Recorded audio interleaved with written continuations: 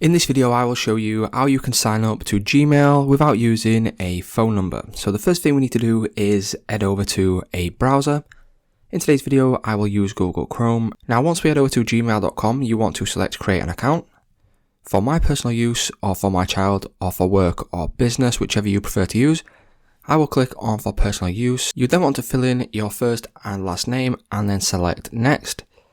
From here, you will then put in your date of birth. Once you've entered in your date of birth and gender, click on next. And then from here, you now want to create your Gmail account. Once you've entered in your desired Gmail username, you can then click on the next button.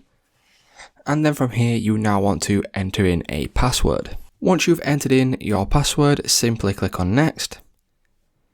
And now what you want to do is click on skip or add in a recovery email address. From here, it will now ask you to review your account information. If it's correct, click on next. So what you now need to do is you need to go down and you need to just go through the setup process. And then once you've gone through all of the setup, you can now click on next. Once you click on next, click on confirm. Click on I agree. And then as you can see now, that will then create your brand new Gmail account without using your phone number. So it's just that simple, guys. That's how you can create a Gmail account without using a phone number.